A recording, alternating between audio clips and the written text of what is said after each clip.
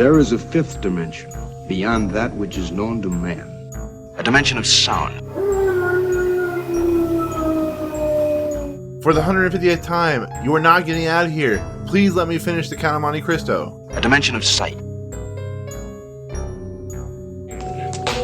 No change at all. What? I think I look fine. A dimension of mind. Next stop, the Twilight Zone. What's going on, everyone? Welcome to the Fifth Dimension of Twilight Zone podcast. I am your host, Nick, as always. We're here to talk the Twilight Zone, Rod Serling's epic creation that is now considered one of the greatest sci-fi shows of all time.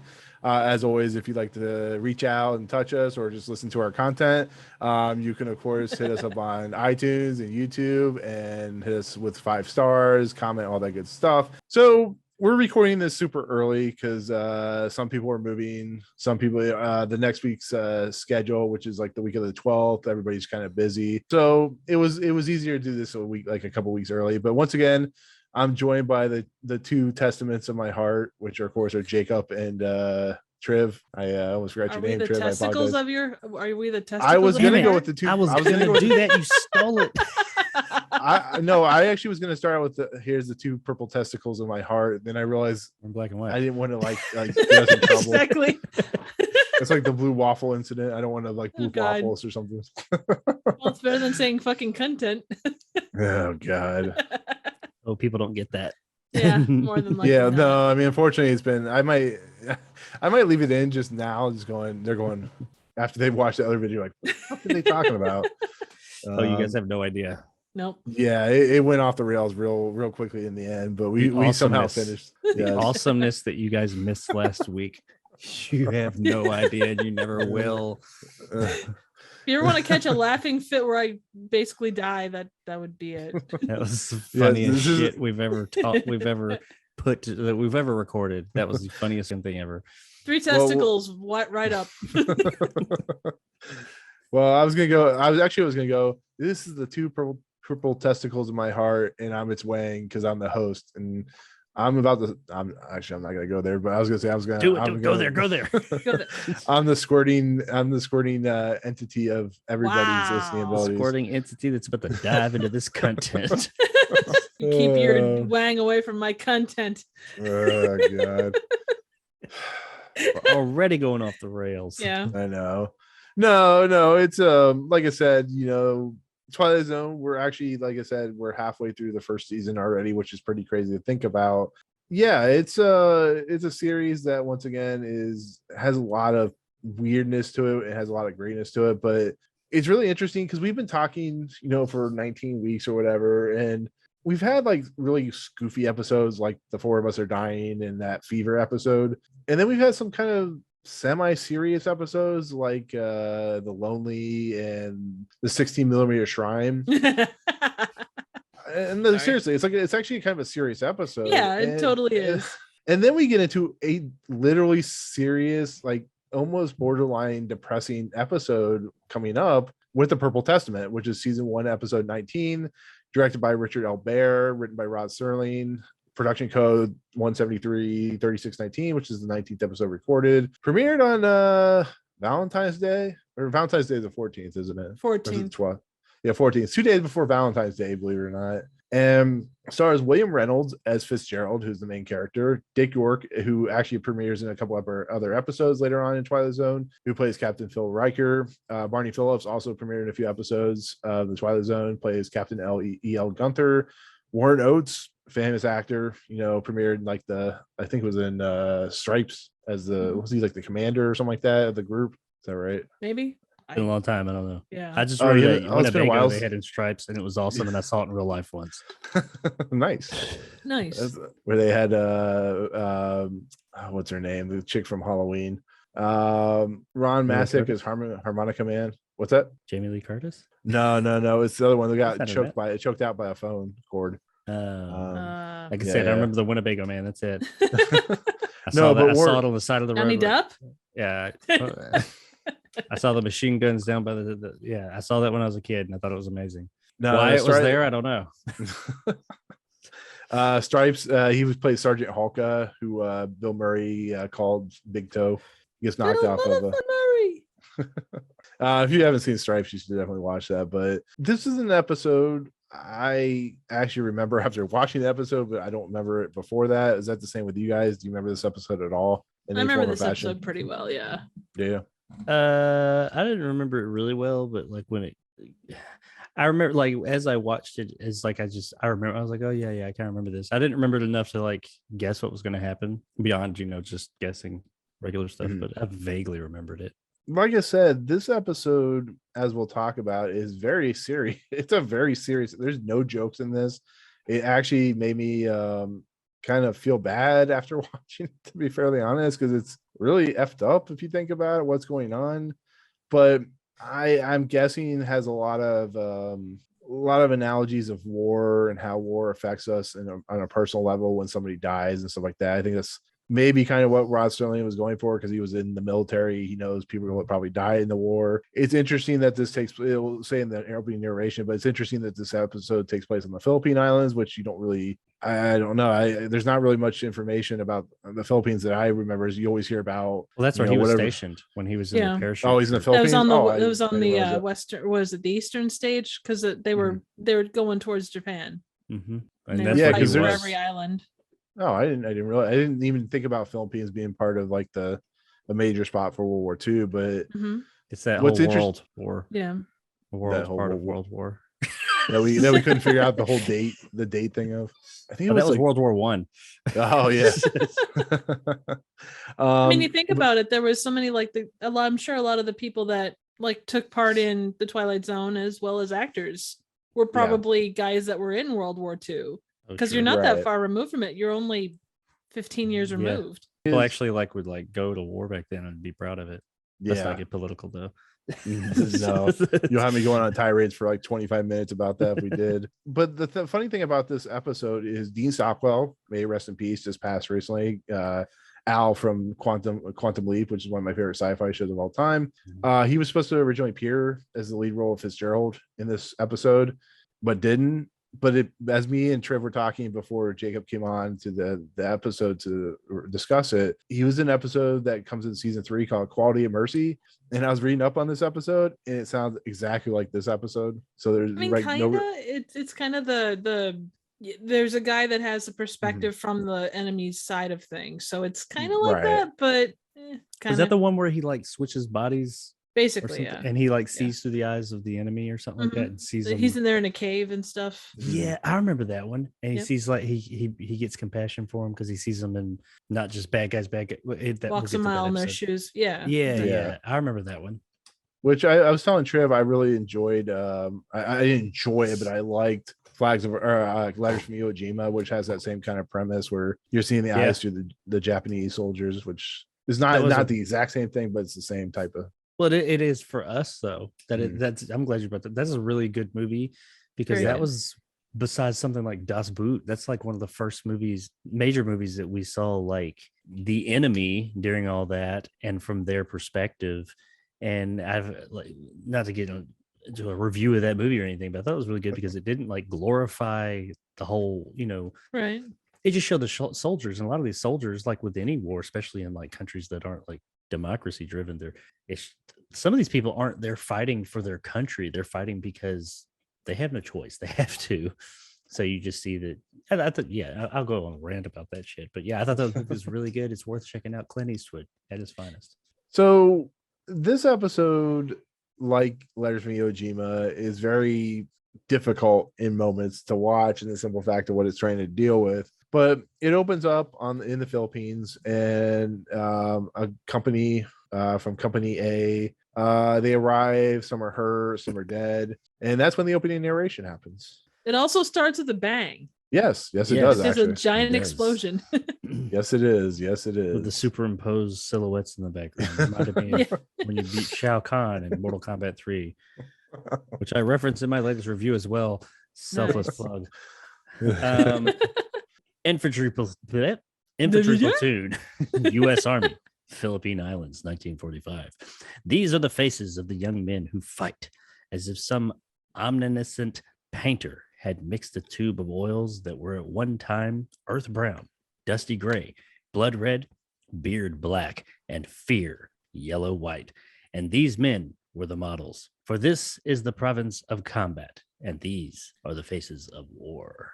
That's a really interesting opening narration. Tubes Yes. of oil, paintings. I got thoughts on it. Well, let's talk about those thoughts, Jacob. Yes. I thought overall that this episode, and starting from the beginning with that opening narration, the acting, the performances, the subject matter, everything, this thing clearly shows that Serling has respect for soldiers in general. Yeah. And like we said earlier, it's due to his service himself. And this was some of the, I know I'm jumping the gun just slightly. This was, in my opinion, the best acting and performances, most believable and natural performances that we've gotten in an episode yet. It's a Twilight Zone and of that era. I would agree. Was always just kind of a little heightened because a lot of these people came from the theater, or that's what they were used to. So it was all very theatrical. This was very, when it came to Dick York and the other guy, and I know Dick York was a famous actor, then Bewitched. But he comes from he's like a comedy actor too, isn't he? Yep. Is he mostly known for? He's like he's like the opposite Leslie Nielsen. He's like he goes from comedies to this. Yeah, it's pretty crazy. Drama to comedy, but you know, but he's got some time under his belt. He's got some acting chops, and him and the other guy, I thought both of them were phenomenal. Like there was a distinct difference in this episode in just everything. The way it was portrayed, it was serious. I mean, we said that in the beginning. This was a serious, legitimate episode, and like it was great. I thought the production, the performances, like I said, everything, even the sets and everything were different from all the other episodes we got to this point. I feel like Serling spent really more. Yeah, he took care with this. Yeah, I mean, yes, it's the Twilight Zone, it's the 60s. So sure, when it shows some of the sets, you could tell they're sets and things like that, but you could tell he really poured something. This meant something to him, I felt like. And I feel like he came in there and was like, okay, because there's a distinct difference in the acting style and tone of this episode and every other episode up to this point. And I'm pretty sure the next episode is going to be kind of that theatrical, over the top. Oh, yeah, I mean, the next episode is out of this world goofy. It's goofy. And that's, I love it. I love it. Yeah, and that's tell he had that respect, and he said, no, this one's got to be different. This one's got to be, this is a serious matter, and we're going to talk about it. It's something close to my heart. You can totally tell. And I really, because sometimes, you know, you'll see old people perform in older movies. It was just a different time. They perform different. You can appreciate them. You can say, oh yeah, they were really good. But when it comes to like being totally believable, you're like, okay, it just was what it was. That's how they acted back then. But it was really good for the time. Yeah. Here, no, this is really good for nowadays. These guys were, when they're sitting there having those conversations, it was never over the top and just theatrical. It was two guys talking very realistically, very natural. And I really took note of that. So that was great. I would agree. The only thing that wasn't realistic about this was how they would take off their helmet and their hair was perfect. That's just Hollywood, man. No doubt. It's like sculpted. Like my dad is of that era, and like his hair always looks perfect. And it just must be something of that era, because damn, it just like, is it a lot of hairspray? Is it mousse? What's going on? It's Aquanet, baby. Yeah, there you go. Exactly. It's L'Oreal.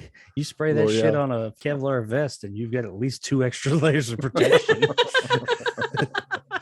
That and a Bible and maybe a coin is all you need to have a bulletproof vest. Jeez, exactly. You take a 50 cal with that shit. Yeah, exactly. Yeah, you don't even need a helmet or face. You just survive with just yeah, exactly. Yeah.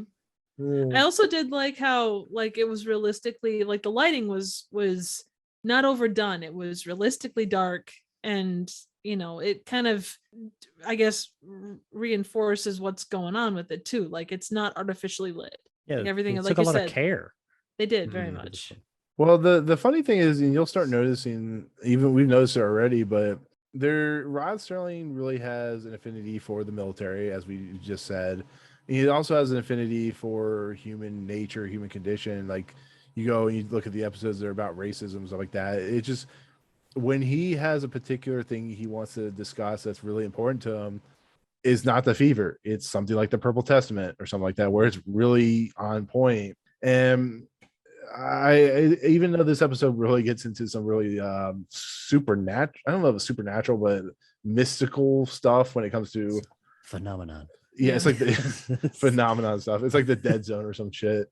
Yeah, it kind of is. Yeah, a little bit. But so they arrive, and this is where we're introduced to Phil Riker, played by Dick York, and he comes out of the tent, and this is where we also meet Lieutenant Fitzgerald, who's played by William Reynolds, and they're discussing what exactly happened. He's like, we're taking over the Japanese, as they call them, because it was the 60s, and they weren't real fond of the Japanese at that time. They called them the Japs, which is, the unfortunate nature of what they called them. Yeah. There was the time, something, man.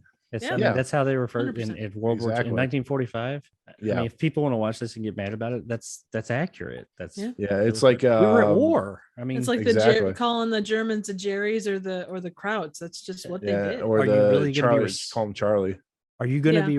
I mean, nothing against the Japanese people now, but are you going to be respectful of your murderous enemies in the moment? I mean, I don't think that's how they are now. I mean, I'm sure they were called many worse things than Japs. Oh yeah. Oh my God, it was. Is worse things for sure. But I mean, that's as accurate as you can get on 1960s TV. So I mean, if you want to get up and arms about it, just fuck off. Basically. But what they were talking about a bridge. It's almost like they're talking about the bridge on the River Kwai or some shit like that. But they're talking about a bridge that has been taken. The Japanese soldiers have naval guns and stuff like that. 12 wounded, 4 dead. Very realistic in its nature. And then we get into the Twilight Zone portion where another individual, I don't, it's an orderly or something like that. I don't know who it is exactly, but he comes up and they're like, they actually know the names of the soldiers. And then for a good portion of this episode before the break happens, Riker and Fitz go into the tent and they basically start talking about Fitzgerald has like this expression on his face. He's like really bothered, like what exactly is going on? What's happening? Riker doesn't know. Gives some probably pre-made alcohol that would like burn the skin off your ass if you put it on it. The kind of stuff they made and probably war. They didn't have Johnny Walker or some shit like that, but the hair on your chest. I did love in this hair part on your how blue they testicles, were purple testicles, the purple testicles. Yeah, I loved how they were having the heart to heart, and like Dick York just pours in like a massive slug of that stuff, and it's just like the tin thing's like this big. It's like gigantic. He's got like pure a gasoline. double cup right there. He's like, it's like 18 shots, 18 fingers of whiskey or some shit. But this is where Fitz asks, Fitz and Riker are talking, and this is when Fitz starts talking about how he saw those men die the day before. Well, as we know, it's very fantastical. There's no way Riker's going to believe that off the turn. But he's talking about how he saw it on their faces, the light and all that garbage and stuff like that. And that's really interesting because it's almost like, he's seeing the people, but it kind of sucks that he didn't know what to do about it. But he wrote their names down on a piece of paper and hands it to Riker. And Riker's like, when did you write this? He's like, I wrote it yesterday before they died. He's like, you didn't write this yesterday, blah, blah, blah. And it basically goes back and forth. And Fitz is like having a meltdown at Riker and stuff like that. And then, it goes to, eventually it goes to the medical officer, the MO, who's played by Barney Phillips. But this whole kind of dialogue exchange is really profound because it's talking about how, it could be anyone on the military force or anyone in the military, the unit that could die, but somehow he has premonitions of these individuals dying. And what did you guys think about that when that was kind of revealed? Would you have been like Riker? Would you have not been like Riker? Did you find that was an interesting way to kind of delve into what it's like to be in a war situation? What do you guys think? I think given the situation, you have to be, because they're up against so many terrible things in that moment. Yeah. Like to take anything that's outside the realms of the odds of what they're facing, like buried guns and guerrilla forces and everything else. You already have enough to think about. So putting any supernatural type of stuff into that, I think would not, especially in World War II, I don't think it's something you do. I think you Occam's razor, you work with the simplest things, or, the simplest explanation is the best. And you think, okay, these guys are under tremendous pressure. They've seen their friends and fellow soldiers die, blown to bits.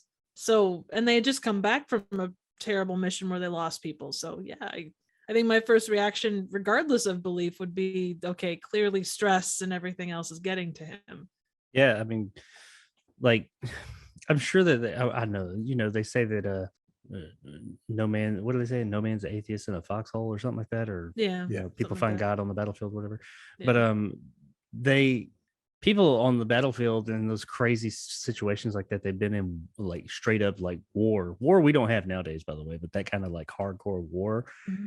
I mean, the mind's crazy. I'm sure they heard all kinds of crazy stuff. Well, not crazy, but like out there things that came from soldiers and stuff. So he's probably just thinking, okay, this is another one. Like they say later on, you need to go back. How about you take a few days off? Now, I think you've hit that breaking point or something like that. But I thought that like I mentioned with the dialogue a while ago, it was never, I feel like in a different episode that didn't deal with the military, if something like this was happening, it would have been like, what? Man, are you crazy? Or so, it would have been very like up there in high fluid. And here he was like two people having a talk, and these two guys know each other, and he's telling him this thing, and he's under distress, and he's like, hey, that's how people would react. They wouldn't be like, what are you, a nut? They'd be like, right. Hey, it's okay. Pragmatic. You sure it wasn't this? You sure you didn't write this afterwards on the way back? And you just got things mixed up really well. I mean, I keep talking about these guys and Heather, but that was the best part. These two guys, every time they got together, it's just the dialogue, and they sort of, I don't know if it was the writing or the performances, or a little bit of both. Probably a little bit of both. Mm-hmm. Serling probably took more care in the writing, and I'm sure he was there as the showrunner and telling them, hey, do this seriouser or more serious. Seriouser is not a word. Do it more serious. I will say though, that while everything in this episode is much deeper and more serious, the music is still as dramatic as ever. Oh yeah, it's actually a jazz musician that did the music. Really? Well, it's Lucy and Morawek. Yeah, that's the only thing. And it wasn't bad. It was just like everything else is a bit, just this regular natural conversation in the background. You go and things like that. It's like it doesn't quite fit. It's fine. Well, no, like for instance, Phipps. I wrote down. Phipps says, "I looked into the faces of 44 men, but those faces he knew it was their last day." And that's I wrote that down because it's not really like the best wording I've heard in this episode, but it's poignant in the simple fact that you look into the face of 44 men and you somehow always remember the people that die. So you look in the faces and when it's their last day and stuff like that, and it's a very poignant piece of dialogue to me personally. I thought it was kind of interesting. So because you could imagine how that would, people that are under those types of conditions, sure, any of them before they go to some mission or whatever, they're probably look at some of their comrades and they're like, what if they don't come back tomorrow? Or they know that at any moment any of them could die, right? So I'm sure there's been times when somebody was like, oh, I just got this feeling that so and so is not going to make it or something, and then that person, chances of them not making it is high, so they don't make it, and then they feel as if, oh, I've had a premonition. Maybe they have, I don't know, right. But I feel like maybe that's where this story came from. And very possibly. And there's always that, and not that it applies to this per se, but you think, oh well, this guy is maybe a little slower than everybody else, and the chances of him being taken out are better. But even a broken clock is right twice a day. Yeah. True that. Indeed on that. But Riker ends up in the next scene, ends up in the medical office building, I guess, where probably all of the generals are stuck at and stuff like that on this island. And this is where Barney Phillips shows up, plays Gunther, and Riker is showing him this piece of paper, and they're having discussions back and forth about what they need to do with Fritz, or what Fitz's character. And the medical officer, they go awful quick sometimes, which I'll talk about in a second, but they basically discuss, what they need to do about Fitz and where he needs to go. Maybe he needs to go to the medical ward to be checked out. And that's when you find out that Fitz is actually there talking to a guy named Smitty, who it doesn't say his name anywhere on the Wikipedia page, but he goes up there and he's talking about, talking to Smitty, who's been injured, probably part of the injury from the beginning of the episode. And then he sees glowing face, this is when we first see the glowing light on the face, like, how off the screen of my computer it's all glowing and shit. And this is where we first see the shop light to the face. Yeah, exactly. this is where JJ Abrams got his thing. Yeah, and then they do add some additional effects in there to kind of make it brighter as well, so it becomes a little bit less human. Yeah, it looks like they shot it twice and composited the two together or something like that. And you see that effect sometimes with Star Trek too, the original Star Trek. Yeah. Well, can you imagine if they're like doing the spotlight in the face? He's trying to keep his eye open, and it's just like he just But okay, so he sees the glowing face, and I figured maybe like Smitty would die on the way home, but he just dies like a minute later, and like the medical officer's in there. He's like, "This dude's dead." The Gunther said he was gonna be fine, and this is when Fitz is starting to freak out. No, whatever. And Fitz walks away, walks down the steps, and Riker is like, "I'm gonna wait for Fitz to come back." Oh, Fitz actually like passes out as Yeah, soon as he sees. oh the guy yes, die. that's right. And it's He passes hilarious. out, Oh, it's great. yeah. It's not meant to be, and I hate to laugh. He's like- but he looks, he's There was a great POV shot with that though. Like Yeah, you when he don't woke up. normally see. Yeah, when he woke up, that was pretty awesome. I just Also wanted to with- also comment that soldier who's in Smitty. Yeah. Smitty's sitting there and he's talking to him. He's like coughing and everything, going on and on. The whole time he's got a cigarette hanging out of his mouth. I'm like, maybe you know what? Maybe now that cigarette's probably not the best thing. Probably not helping the situation. Yeah. Dude, I love But- the fact that he was sitting there like with the cigarette and the busted arm and the busted shoulder. Yeah. But the other thing was too, he was like sweating like a mother. Like, Exactly. I mean, he said, "Oh yeah, it'll be fine," but he looked like he was gonna go out. Yeah, it Mhm. wasn't much of a stretch when he was like, I saw his face glowing. I knew he was gonna die. It's like, dude, I didn't need to see his face glow. I just No. like looked at him. I was like, it ain't looking good for Smitty. Yeah. Well, Love that's you, why Smitty, but yeah, I don't think you're Gone. gonna live. Yeah. That's when the medical officer goes, they go awful quick sometimes. Awful quick. So it's like, Lieutenant Dan, ice cream. Like, he just dropped. I don't know why I'm talking about Lieutenant Dan, but That's okay. so Riker's like, I'm gonna stay behind, meet up with Fitz. He goes down, he's like telling Riker and him, Fitz are talking, and then Fitz tells him that Smitty died, and he's like, what? He's fine. And then that's when Gunther comes out. He's like, oh, I'm gonna get somebody to check on him. And that's when Fitz goes fucking ape shit on Gunther and Riker. And you don't need to check on him. He's dead.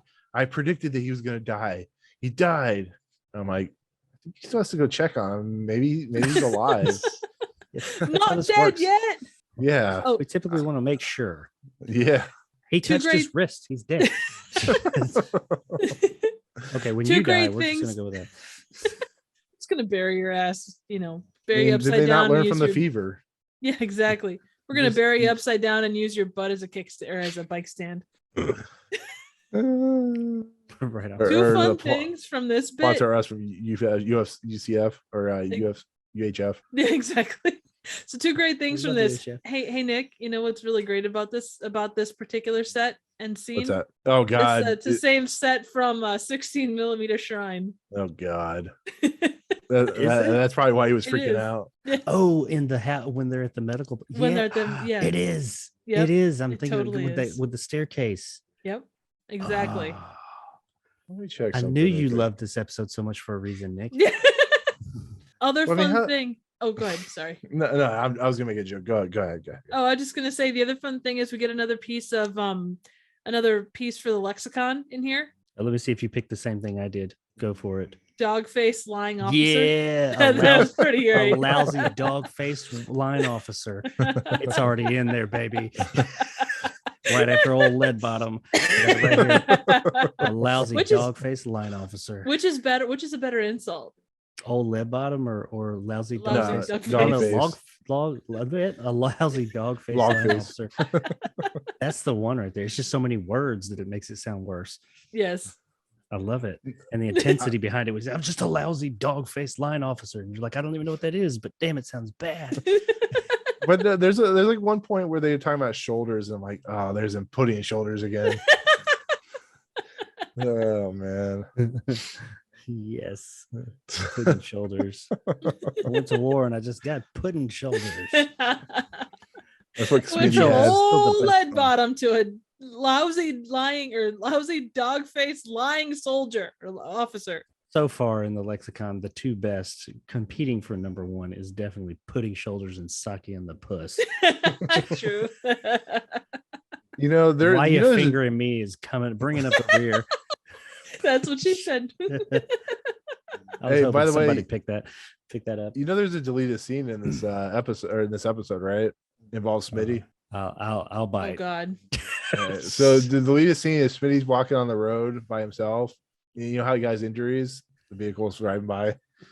He did a flip. Fucking He got hit by the vehicle. Well, actually, okay, so we'll come back to it at the end, but I think I know how everything else connects. Ooh. In a way that is not a deleted scene. I know. Yeah, it'd be awesome if that's how Smitty died. Actually, it wouldn't be that awesome, but it'd be funny as hell. R.I.P. Smitty. Yeah, exactly. Poor Smitty. Shitty Schmitty, man. He was the best. He was. Yeah. So he could hang a cigarette out his mouth like nobody's business. Yeah. Exactly.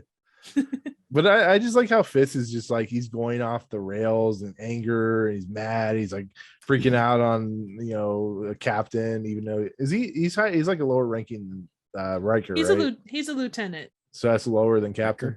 Yeah, he's lower than Riker. Right. Okay. He's nobody's just lower than Riker except for, or nobody's above Riker except for Captain Picard. Exactly. Engage. Number one, take the bridge. Riker wants to explore new worlds, mainly Uranus. He's definitely exploring new worlds after this episode. Riker was a pimp, man. He explored all kinds of new worlds. Yes, he did. Yeah. He was basically Shatner. Yeah, exactly. With his epic beard. Oh yeah. Ooh. Like the only movie he didn't direct. The only movie he didn't direct is the one he got married in. If he had directed that one, there'd be probably maybe some NC-17 rated Star Trek right there, man. Oh hell yeah. Clock Stoppers. That's what we're missing. I like Clock Stoppers. I'm not gonna lie. I don't know why I always think terrible. of that movie when we talk about him directing movies. Yeah. Clock Stoppers. French Stewart. So we go to a break after he's like kind of confronted Gunther and stuff like that. Gunther is also in your favorite Will the Real Martians Please Stand Up or the I was wondering, I knew he looked familiar. I couldn't figure out from where, but I love that one. But that's the end of the first act. So we've been talking about it.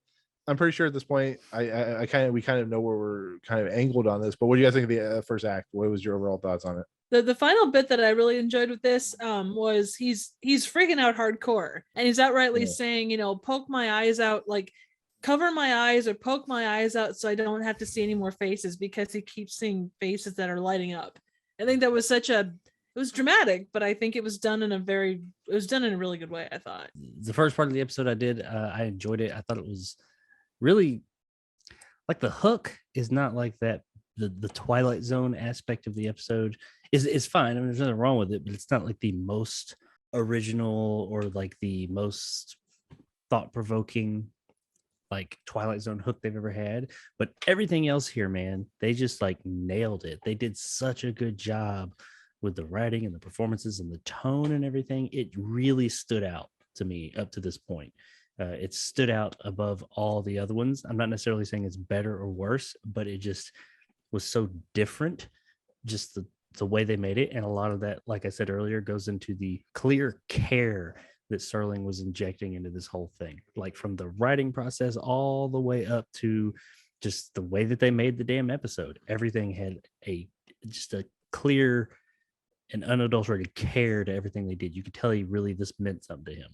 Exactly. Agreed. It's it's a pretty powerful statement on what what it's like to be in a war and stuff like that, and how difficult that is. And I'm sure Riker was like, "Sir, I don't like it. I don't like it at all."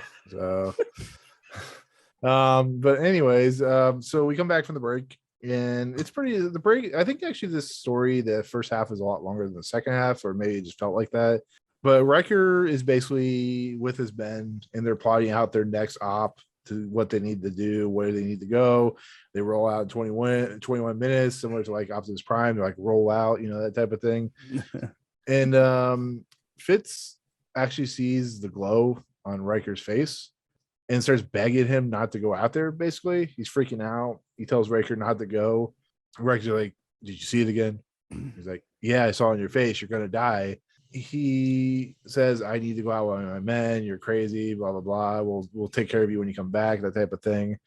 And Riker basically goes out of the barracks and starts kind of looking at everyone of his men. Fitz goes out on the sidelines and starts looking at all the men to make sure he can tell who's going to die and who's not going to die. And one of the men goes, "Did you see something? Did you see something?" And that's when Riker comes out. He's like, that man is a monster. He doesn't know what he's talking about. No, I'm kidding. He's a mind reader. Yeah, he's a mind reader.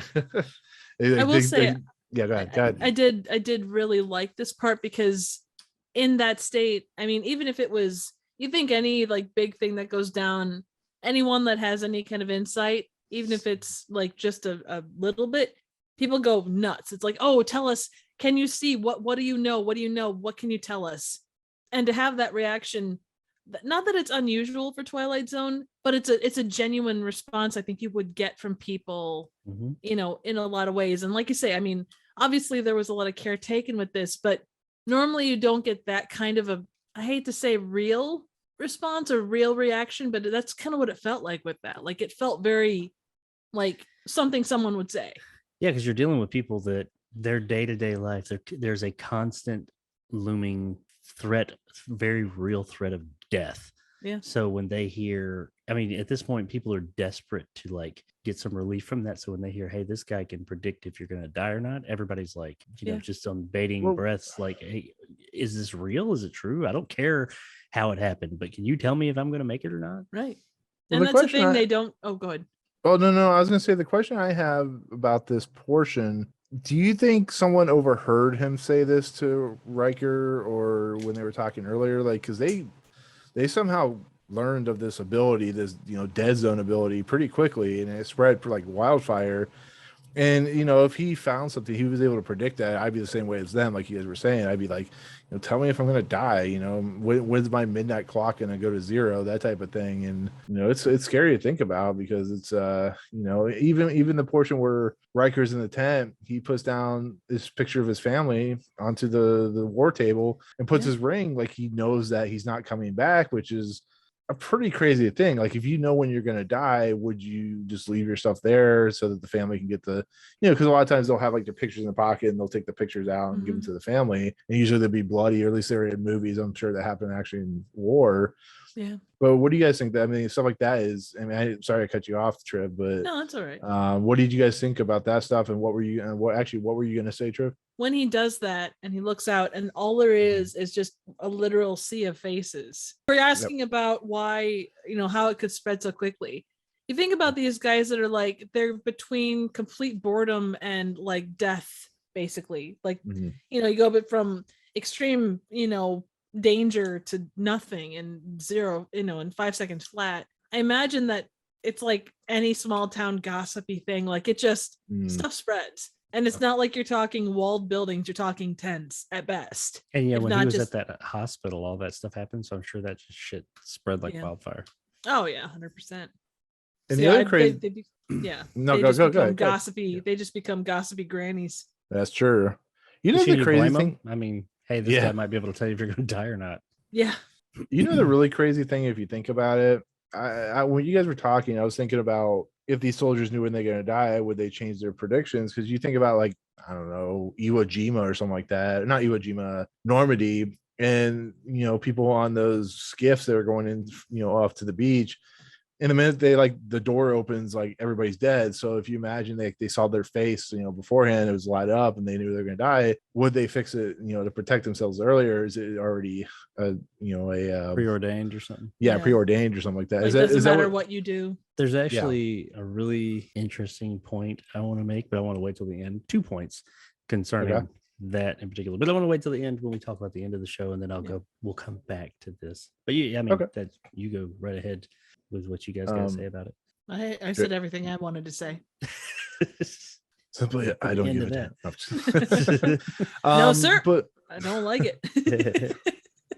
But anyways, they go on their ops mission. They come back, like, you know, we see some, you know, our stock footage or whatever, them on the beach and stuff like that. And they come back, and of course, Riker has been killed by a sniper. I mean, it's pretty much been a given because he comes back, and, you know, Fitz, the men are coming back, and Fitz goes into the tent, and that's when he sees Riker's pictures and his ring, and he takes out the dog tags and puts them on the counter. And it pretty much leads to the ending of this episode where Captain Gunther approaches Fitz, and he's like, we need to take you back to check on you and stuff like that, or some of that nature. Someone's going to drive you there. And he's looking in the mirror, or the reflection of the mirror, and he sees the light. the angel of death light. I guess I'm going to call it the angel of death light. And he breaks the mirror, which is probably the reason he died, because he had bad luck now.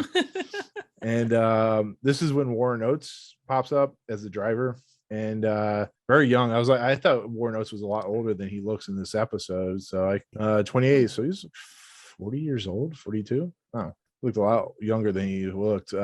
Anyways, they drive up, and Fitz at this point is kind of assuming that when he goes in his Jeep, something's going to happen. It's going to kill him. And you can tell he's just kind of lost for words, not knowing what to say. He's kind of either accepting his fate, or he's just kind of lost in his own, own petard, or whatever you want to call it. And he sees the angel of death light on the Jeep driver, and he knows he's not. He even says it. He's like, driver's like, oh, we're gonna get you there. We're gonna get you there quickly. It's gonna take 4 to 5 hours. He's like, yeah, we're not gonna be there in 4 to 5 hours. Probably never. I don't think so. I don't think this is gonna take that long. Yeah, exactly. And exactly. This is when we see the sergeant sends the two off, and there's guys sitting against a tree. Harmonica man's doing his ditty, and all of a sudden, kaboom! They hear it in the background. Oh, maybe it's a thunderstorm. But we know what happened. He was killed on the bridge or whatever. So before I said that the thing that connected that wasn't a thing. Yeah. Nan Adams was driving and ended up. So she. You think they drove off the way, and they just went off to the side of the cliff like a train and just exploded? No, Nan ran into them and then drove them off the road as she's like on her way to wherever purgatory takes her. Exactly. She didn't make it. She took a long way to the Philippines. Well, that explains why she was driving for so long. Only in the Twilight Zone. Yeah, exactly. See, the Twilight Zone only takes place over 6 days, so she did a lot of shit in 6 days. A lot of killing, apparently. She's actually the Ripper from London. Have you guys ever seen NS or the Joe Hill book Nosferatu? It's NOS for Nosferatu. Yeah. That's what you're trying to say. The book. I haven't seen the series, but the book was really cool. But yeah, the showing up random places. That's kind of what the main character does in that. And so not to spoil it, but yeah. Oh, damn it, that's Nan. That's Nan. That's what Nan does. She drives around Nosferatu style, drives through a covered bridge and ends up in random places. Yeah, she's like the family. She's actually the angel of death. She's you know what the reflection is. The light is just her with a mirror going. Pretty much, yeah. She runs over all these platoon members and stuff like that. But that's pretty much where it ends. It ends with them going, oh, I think that's a thunder. I think I heard thunder. Even the sergeant's like, yeah, I guess that's thunder. And then that's when the closing narration happens. But see, my question to you is this: did he actually think it was thunder, or did he just play it off as thunder? Because he knew what was going on. Yeah, did he actually know that Fitz saw his reflection? Nobody did. He didn't say anything to anybody. Okay, assuming he's the only one that can see the light. Yeah. Right. But Gunther knew that he had that. Like he was saying that he had that, didn't he? Yeah, but I don't think the sergeant heard him. I don't think so. I mean, I don't think anybody. Gunter may have had. I can't remember.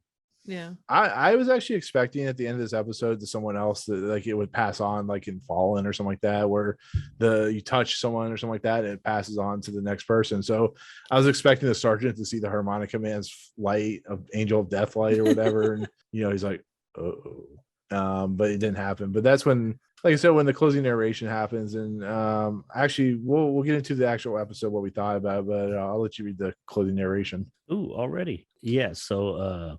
Closing narration from William Shakespeare, Richard III. Not correct, by the way. It's Richard II. But anyway. Exactly. A small excerpt. The line reads, "He has come to open the Purple Testament of bleeding war. And for Lieutenant William Fitzgerald, a company, 1st Platoon, the testament is closed. Lieutenant Fitzgerald has found the Twilight Zone." I almost said purple testicle. I think I said blue testicle. Blue Testament. I don't know. My words were all fucked up in that. So yeah, good closing narration. I'm looking up. What in the hell did Shakespeare mean by Purple Testament? It would be like a royal thing. He was meaning to put purple testicle, but Old English, it gets weird. Yeah, thy purple testicle. Yeah, lots of hidden meanings in the words and all that, I actually got a book of Shakespearean insults. It's pretty great. Oh, here it is. It says, by the phrase still requires some explanation. He wrote Purple Testament and not something else. Not something else. The whole line is the Purple Testament, a bleeding war. I will give myself at most 5 minutes to come up with the most understandable line. Although truly I'd rework. Oh, I think that's what the writer was saying. The bleeding war of his selfish hubris. And don't tell me that isn't a great line, because his line wasn't great either. What is these? Okay, well, this purple tip traditionally means like selflessness and oh yeah. Like giving, usually like a selfless act. So that's what, the Purple Heart. Yeah. So that's probably, I assume, what he was going for. His selfless act testament. I don't know. It's fucking William Shakespeare. If he wrote it, it has to be great, right?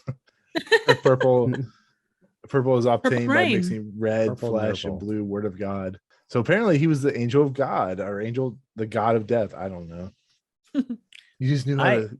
Was I the only one that a little bit before we got to the final scene, I was like, I feel like he's going to see his own light in the mirror at some point. Yeah. And then when it came up on that it showed that last shot before he walked over to the mirror, is like this mirror just like there in the foreground. And I was like, yep, he's about to look and see as he's getting ready to go. I was like, he's going to see his reflection. He's going to be like, oh, I didn't know what was going to happen from there, but I was like, he's going to see his own face all lit up. Am I the only one that picked that up? No, that was pretty much as soon as you saw it. Well, one, because the mirror thing that, like Nick has said in the past, mirrors play a very big role in Twilight Zone apps. I mean, they're like every episode. Yeah, exactly. So, I mean, you knew if there was a mirror, it was strategically placed. Yeah, and they even did the broken mirror where you saw his face 3 times and everything. Yeah. The funny part about the whole thing is, even though that's the part that happened, you knew he was going to die. It like, unless it is some kind of crazy off the wall scenario where, he like somehow loses the power after his sergeant or his captain dies, it was like almost a given. Like that's the twist. That's the big thing, because this man is like, I'm seeing all these people, but like, this is a war movie or a war episode, and you don't know you technically don't know who's going to die. So it could be anyone, anywhere, anytime. It's just the unfortunate nature of war. And that's exactly what it's trying to do here, is give the perspective of, he just saw his time is up. That's the end of the war. Nan Adams drove him off the bridge, or whatever you want to call it. I felt like the overall narrative here was saying, and okay, I felt like it was saying, death is inevitable in war, and even if there's nothing you can do about it, and it's more of like talking about an acceptance of that fact that when it's your time, it's your time. When it's their time, it's their time. And it's an inevitability in accepting that. I think, I ain't gonna lie, I liked this episode, but there were 2 parts that kind of tie together. That part earlier, the same thing for the end, but the part earlier I was talking about, when he walks out and he sees the sea of men and he looks at faces, nobody's face is glowing except for the one guy. I thought this was a perfect opportunity for them to really have something to say and not really change the episode that much. They would have had to add like a couple of minutes, maybe. I think it would have been cool if he walked out just like that and he saw none of their faces shining, but he still saw this guy. So he went to him, because clearly the guy, because I really liked how he was like freaking out. He was like, no, don't go. Just don't go on this one. You're going to die. He's like, what, you see it? You see it? And then he does what a good superior in those situations has to do. And he tells him, he's just like, look, dude, snap out of it. We got a job to do. We've got to do this. It's not just us here. It's all these other people, things riding on it. Let's go do it. Come on. We'll talk about it when we get back over a drink, and I'll show you it's not true. Come on, let's do this. He did like a good leader thing. That guy leaves, but clearly he believes some of it, took all his stuff out, and he's like, just on the off chance. Yeah. And he's been talking some shit that makes sense. So, and then he didn't come back. Well, I think it would have been cool if he walked out, he saw those people, none of them are shining. This guy is, so he goes back and he convinces him, hey, just don't go, or something like that, or somehow he convinces him that. But then he walks out and he sees a whole bunch of people's faces shining, and it's like, I think that would have brought in the whole idea of, if you know that you're going to die, and if you or someone is going to die, and basically how, because it doesn't ever tell how they're going to, but they're going on a mission. They're going on a mission. So then he has to make, if you change that, how it affects other people's lives. So then maybe he notices that, if I change it, all these people die or a bunch of them do. But if we let this one go, unfortunately, all these survive. So he has to make that decision. I thought that would have been really interesting. That would have spoken to the same kind of thing. Yeah. And same thing with the end. Because like I said, he doesn't always know how you're going to die or specifically what's going to. But when he gets in that fucking Jeep, because at that point, I think either A, he was so worn out, like he said earlier, just dig my eyes out, cover my eyes. He was so worn out with it. He was just like, it was almost like a relief. He was like, finally, okay, yeah, just let's get this show going. But he goes out there and then he sees his face glowing.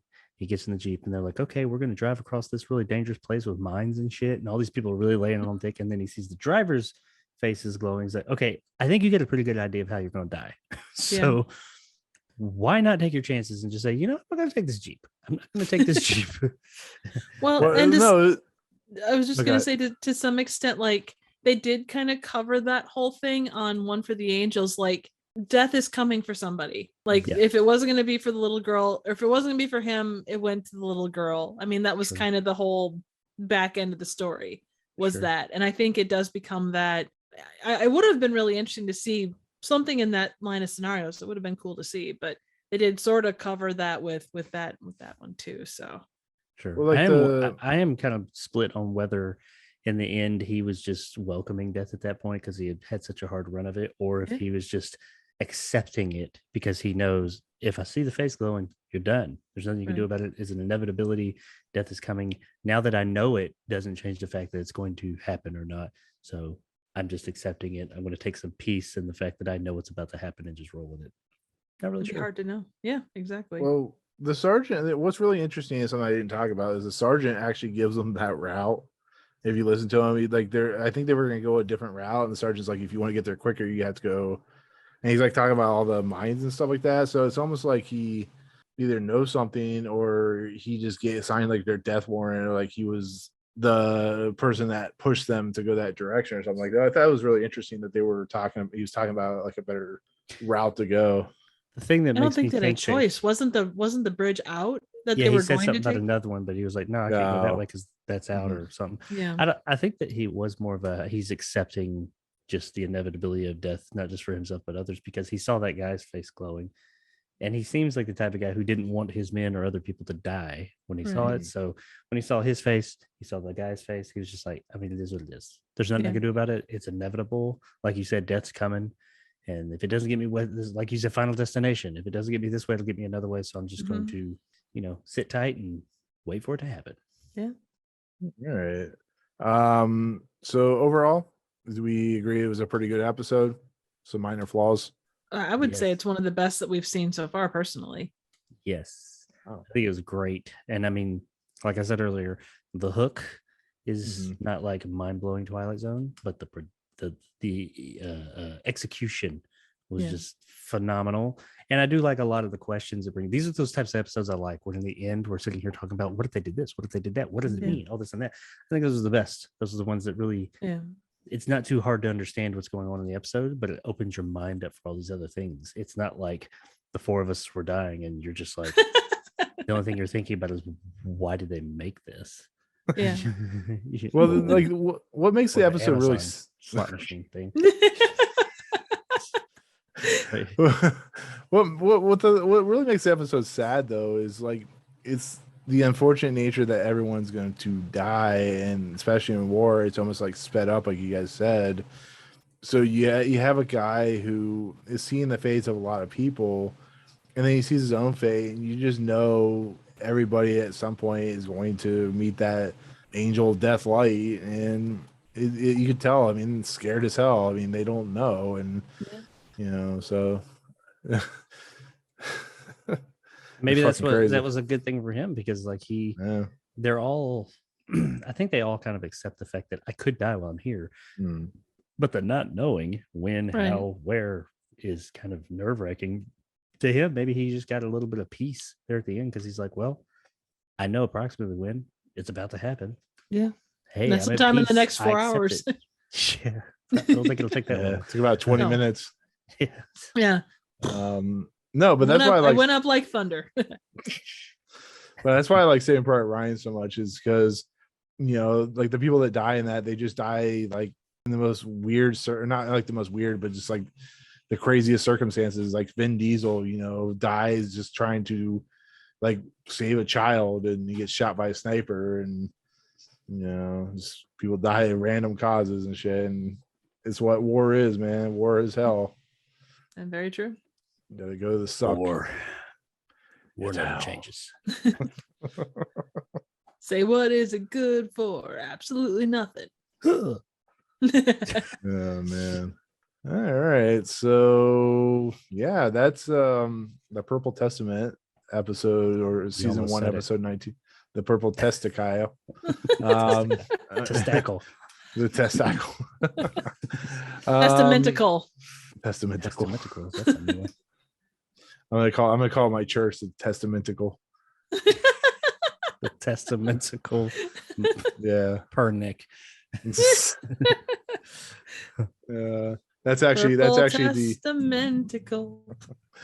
that's actually Mike Flanagan's next film, the Testamentical. The book of testamentical.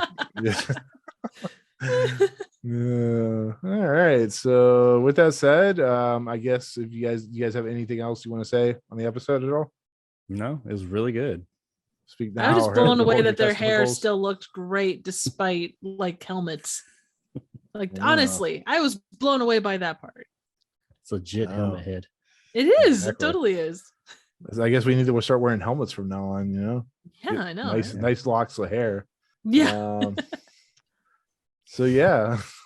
You know what's really funny is the fact that like yeah. we're on one side making fun of like the purple testicle thing, but then on the other side like discussing this very serious and very like heartfelt episode. It's just like, how do the two balance? Well, you got to have the salty and you got to have the sweet, and then you throw the sweet out and talk about the saltiness. The saltiness, saltiness of your usually purple is like- testicles. Exactly. Salty. No, it's chocolate salty Chocolate balls. salty balls. Yeah. Sweaty I balls. want to make love to you, woman. I want to fill you insides. Oh my god. Wow. Up there, there's so much room where babies burping, flowers bloom. Okay, so you know, anyway, this thing is about 35% like serious conversation and 95% like just random shit. hey, at this point in episode 19, if they don't know what we're all about, I can't help them anymore. True. So Very true. anyways, so let's go ahead and head into the last segment until I come up with some other segments later on, probably episode 120, which is the Twilight Zone. At the episode 120 segment. Episode 420. Brought to you by the Episode RAF. 69. Brought to you by the RAF. Come fly with us. We have a hot steaming cup of Uranus. Get episode Jesus. 69. Fuck What is chicken episode? pow. Oh, that's not until season 3. Hold on a second. Episode 69 is the Passerby. At the end of the Civil War, wounded soldiers passed by the house of a woman. Wow. I remember that one, I think. Wow. That sounds Wow. anticlimactic. That sounds Wow. like Wow. sounds like Gone with the Wind. Really? Wow. Wow. Wow. That sounds great. Wow. What the hell is going on? Shit almighty. Wow. Nick, I do not I like this episode. This just sounds Wow. like a really complex episode. Wow. I just look at it. Oh my god. I can't I'm so do it. glad I don't have No, to we know edit I can't. this. No, I'm just leaving this all in. This whole episode is just everything we talked about in every form or fashion. Oh We got shit. 3-hour podcast. Like the 60-minute laugh sequence of Triv. Okay, so the Twilight Zone list is a list of rankings that we do that are the greatest list of all time, that are official Twilight Zone rankings to us and to everyone who ever watches Twilight Zone. I'm guessing you guys want to put this above Escape Clause. I'm assuming that, because I would probably agree with you. How Yeah. far up do you how far do you think this is better than Third from the Sun? Where's stuff. okay, 7. I don't know. I'd rank like- it pretty high, but Well, let me ask you, where would you put this above Escape Clause? Let me ask you that. yeah, oh yeah, without doubt. Would you put this above The Hitchhiker? Honestly, yeah. I would put Really? it would be top 5. But that's me. That's I don't I mean like just the from a performance perspective, and this is I with some of these, you know, you just kind of go extreme because they're different. I preferred the acting in this to Time Enough at Last. Now, I don't know if the episode itself is good enough to be that high, but I think that, like, from an acting perspective, I felt more attached to what was happening with this than I did with Time Enough at Last. But I'm not saying that the whole episode ranks that high. I am. I'd say you. Oh, You you want to hear are. something funny? You got to remember, Triv, we had some serious issues with Time Enough at Last. Remember? I know, and that's the thing. Like, Time Enough at Last has a banger ending. If you take that's what makes it ending so away, powerful. That's what you've got this long chunk of him trying to commit suicide. Yeah, it's okay. Okay, so this is what I suggest. I wouldn't put this above Perchance a Dream. That's just my opinion. I'm willing to concede if you guys want to go higher than that, but I can't put this above Walking Distance. That's just I agree. Distance, I don't think it's that's just my opinion. So no, but I do think that Walking Distance is kind of like, it's a similar kind of episode where it does there are moments of funny, but it does aim more at heart than it does anything else. I would say top 4. Like, I would put it right around in that top 4 or so. I'd go with number 2.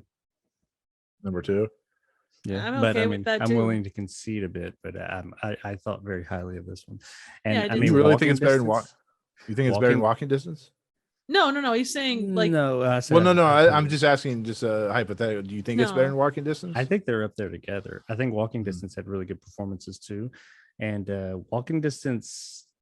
I don't know. I just really like this episode. I thought it was so well done. There weren't really any lulls that were just kind of like, I mean, it was firing on all cylinders from the beginning. Granted, I think Walking Distance's hook was a little bit more fantastical, like Twilight Zone, but more traditional Twilight. I don't know. This is pretty traditional Twilight Zone. But it's a different kind than where it's not run of the mill Twilight Zone. Like you expect an M. Night Shyamalan twist with most like really good Twilight Zone eps. This isn't that, but it's still a very, very, very good episode. Yeah, and I mean, I definitely would say it's number 2. Whether it's better than Walking Distance or not, I mean, I'm just kind of like, I don't know. They're both like right here for me. Yeah, and if I don't know, they're both really good. I really like this episode. Now, I guess I got to think, if it was traditional Twilight Zone performances in this and just tone and all that, I don't think it would have been as good. But I mean, right. I kind of can't take that out because that's just part of it. But and that's part of what makes it. It is the subject matter and everything else. I mean, like we talked about earlier, there is a fantastical, like theatrical nature to a lot of Twilight Zone. This isn't that, but that doesn't. If you had a fantastical type of like presentation with this, it wouldn't have had the impact that it has. Yeah. And I mean, I also wasn't there for the conversation on Walking Distance. So, you know, if I'd had that conversation, maybe I don't know how my feelings of that episode would have been. I just watched it.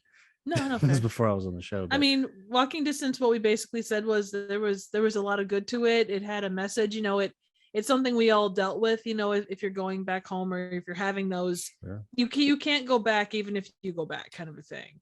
Yeah. I don't know. I think it's up there though, man. But I mean, you guys sound like you're talking closer to number 4. I'm good. I'm good with 2, honestly. I mean, here's 2 and 4. Here's how I look at it. Perchance a Dream is good. I love it. It's a great episode that I actually was not looking forward to at all. It has some really interesting messages about whatever. I can't remember the actual messages, but it has some interesting messages from what we talked about, I'm sure. One for the Angels, I know, Triv, you really like. I think I was a little lesser on that episode, but it has, you know, great payoff with death and stuff like that. Time Enough at Last has that great ending. It has a great character. I was really upset by the suicide stuff with the gun pointing to his head. I'm like, this, even though he's in a post-apocalyptic world, it has its issues, but it has such a great payoff that I can't fault it for that. The Purple Testament, I think why it should be number 2 is it's realistic. Like, even though this has like supernatural abilities, people go through this shit when they're in war. I mean, at least from what I've seen and friends that have been in war, like wartime, they're truly affected by that. And I think Rod Serling really showed that in spades. And I think Walking Distance just was a more powerful episode, just on the simple fact that it made you feel like you were a child again watching the episode and stuff like that. That's just my personal opinion. I don't know what you guys think, but I just think I the don't other think part, anybody is. yeah. The other part that we didn't really discuss was, who's to say there was anything supernatural in this? I mean, all we know that he did that was supernatural was, okay, he predicted the deaths of these guys. He's in a high stress situation. And like the guy said, are you sure you didn't write this afterwards? And maybe you just got things mixed up. Things are crazy out here. Maybe he did. Yeah. When he went back there and talked to Schmitty's in the fucking hospital. He ain't doing so good. So, I mean, saying that, I knew he was going to die, that the brain can do crazy things to you. And it can make you think crazy things. Maybe he just thought, he's going to die. And then he happened to die right after that. That guy going off and being the only one that dies. Okay, that one's a little specific. But I mean, it could happen. There's never anything to really say that this wasn't just happening in his head. And, it's kind of like deja vu. What they say is deja vu. You're not really reliving the same thing. It's almost like your brain's acting too fast for you. And you feel like you've done this before. I mean, who knows? Maybe it's something like that. Maybe this was just a portrait of how screwed up your head can get when you're in these types of situations of war. Because there were probably people, I wouldn't be surprised. I guarantee there was somebody at some point during World War II who said that they could predict who was and was not going to die. And you could point to situations and say, oh yeah, see, they predicted it and these people died or something like that. Crazy stuff happens like that. So I mean, there's a lot of layers to this episode. Very much. That really, the talking points alone make it really interesting for me. And Perchance to Dream is one of the 2 episodes I haven't watched yet, so I can't really comment on it. Well, no, yeah. I still think it's an episode you'll really like. The Judgment Night, maybe not so much, but I mean, Triv, what were you saying? Oh, I'm just gonna say, in regards to like World War II or any war, like there would be someone that could tell you those things. Look at anybody that's tried to been a soothsayer and like predicted stuff and then tried to predict the end of the world. Like they predicted these 7 things, we can trust them to be able to predict Nightmare when the Alley. world's gonna end, kind of bullshit. Exactly, because that's what happens in Nightmare Alley. It's like what's her face, Toni Collette's like a soothsayer or whatever, a card talisman thing. Card reader. Anyone that's been through something very traumatic or very like any kind of war can look at this and say, you do have those moments of, you have that high stress environment and it does affect you. There's no doubt about that in any way, shape, or form. And you can discuss the idea of, okay, was this in his head? Was it something that, really happened? Does it matter? Of all the episodes that we've watched, or that I've watched while being on here, really of all the episodes I've watched, period, as watching these, the 19 now. Right? Yeah, 19 episodes 19. we've watched. Well, you've watched 17. I've watched 17. Of the 17 episodes I've watched that are on my mind, this is the one that if Rod Serling were alive and here, I'd want to talk to him the most. I'd pick his brain the most about this one. Yeah. I'd be like, dude, what were you saying? What did you mean? What was going on? I would want to pose all this to him, and maybe he'd be like, yeah, that's exactly what it was. That's life in the Twilight Zone. Or he'd be like, you're crazy, it's exactly what's on screen. Right. So I'd just be really interested, and I feel like there was a lot put into this from his perspective. I feel like when he wrote this, he was writing what he knows, and they say those are the best stories when you write what you know. I feel like he knew this and he wrote it, and he probably, if I had to guess, I don't want to be too presumptuous, but he probably had heard things like this or something, things on the battlefield that you'll hear. Because I mean, he was in this shit. He was in the Philippines. He was in war, and he probably heard people say crazy shit out there.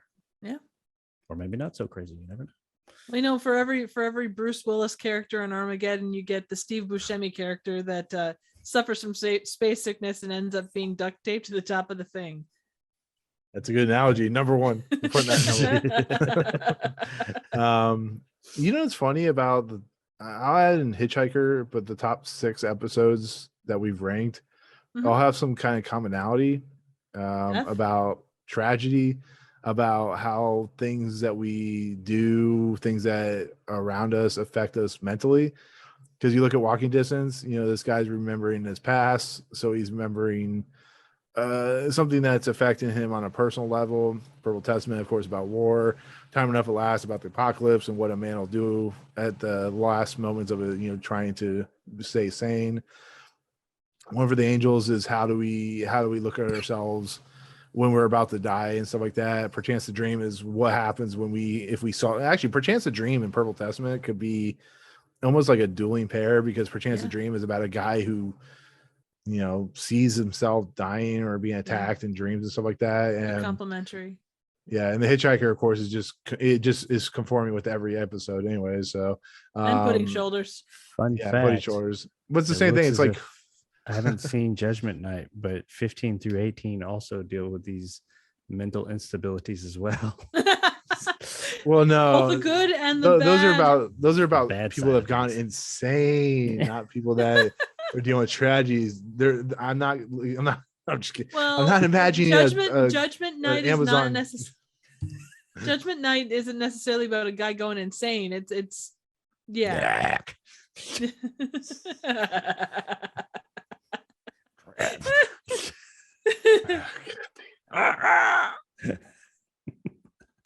Franklin.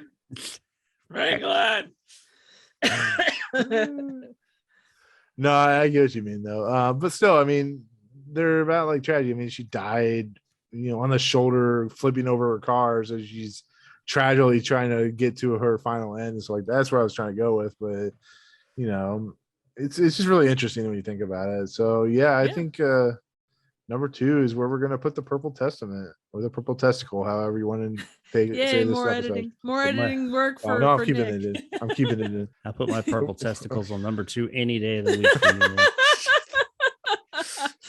The next episode, we should be having another guest that is going to come on and talk about another episode, which I really enjoy. It's going to be our 20th episode, which is cool.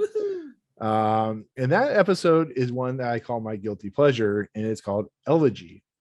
It's an episode that's written by Charles Beaumont. It has one of my favorite payoffs in the Twilight Zone ever created, because it is so bonkers and so ridiculous, and I love it. I really do. We're actually getting ready to hit into some good episodes coming on. But this stars Cecil Kellaway, Jeff Morrow, Kev Hagen, and Don Dubbins. But I'm looking forward to talking about that. Like I said, we should have a guest coming on to talk about that episode. And yeah, that'll do it. That'll be our talk about season 1, episode 19, which is the Purple Testament. And after everything's said and done, we have channels, YouTube channels and stuff like that. So Purple Testicle number 1, Jacob, where can they find their content? All right. Or to say your content, not their content. It might be somebody else's. I don't know. If you like I'm sure he has 2 purple testicles. I mean, I do. Maybe a third. You never know. Tripod. That's a different story. You can find my content on youtube.com at Jacob Anders Reviews. And I've started doing, I still do my old regular short form movie reviews. I've also started to do a few long form reviews, more deep dive, or as I call them, balls deep reviews. This past week, I went balls deep in Conan, and he liked it. And I implore you all to check that out. I put a lot of work into that. By the time this comes out, I would have probably hoed out and gone balls deep in 2 more. We'll see if I get them up. Conan is a really, really good episode too. So well, thank you. If I can get it up, I'll go into more of them. But yeah, check out those. I'm on Twitter too at RedNeville2. That's it. That's my life. YouTube, movies, reviews, balls deep. Yeah. So there, follow his balls deep content. And Triv, you're getting to let us know if you want to come sniff out your content. Where can they find it? Oh dear God. You can find my content on YouTube as well. I am Trivial Theater. Just go ahead and look that up. Stop by my theater anytime. I'll always have a power wand ready if you like it. Oh man. I just finished up. Hopefully in the next couple of days, by the time this drops, I will have dropped Ginger Dead Man 3, which with Ashley, the movie Oracle. It's a collab, and it is going to be incredibly stupid but incredibly fun at the same time. So definitely stop by and check that out. And yeah, So, you can also find me on Twitter at trivia_chick. All right. So that's all their content. Content. Content. You can content. I'll just say content. Content. Anyways, Is that so what you find them call there. your power wand? Yes, content. So yes, they have some great content, some interesting videos, some like I said, balls deep in the world that is YouTube. You can reach me at Movie Emporium, reach me YouTube, Twitter, Movie Emporium, all that good stuff. I'm sure I put out like 12 videos since this video post, so look out forward to that. And with that said, we are gonna head out and yeah, that'll do it. So we'll see you guys next time in the Twilight Zone in the fifth dimension. Peace out. Bye. Bye. All right, so where were we at? So you were talking about flags of our fathers and Iwo Testicles Jima, or something. and testicles and Trib blue balled us with their internet. That's good Hey, times. not my fault. I know, I'm just joking. Right. So you can yeah, lick my fucking content. Yeah, exactly. Nah, I'm messing. So anyways, Are you? I am. I'll apologize later when I feel bad. No, I'm kidding. Bastard.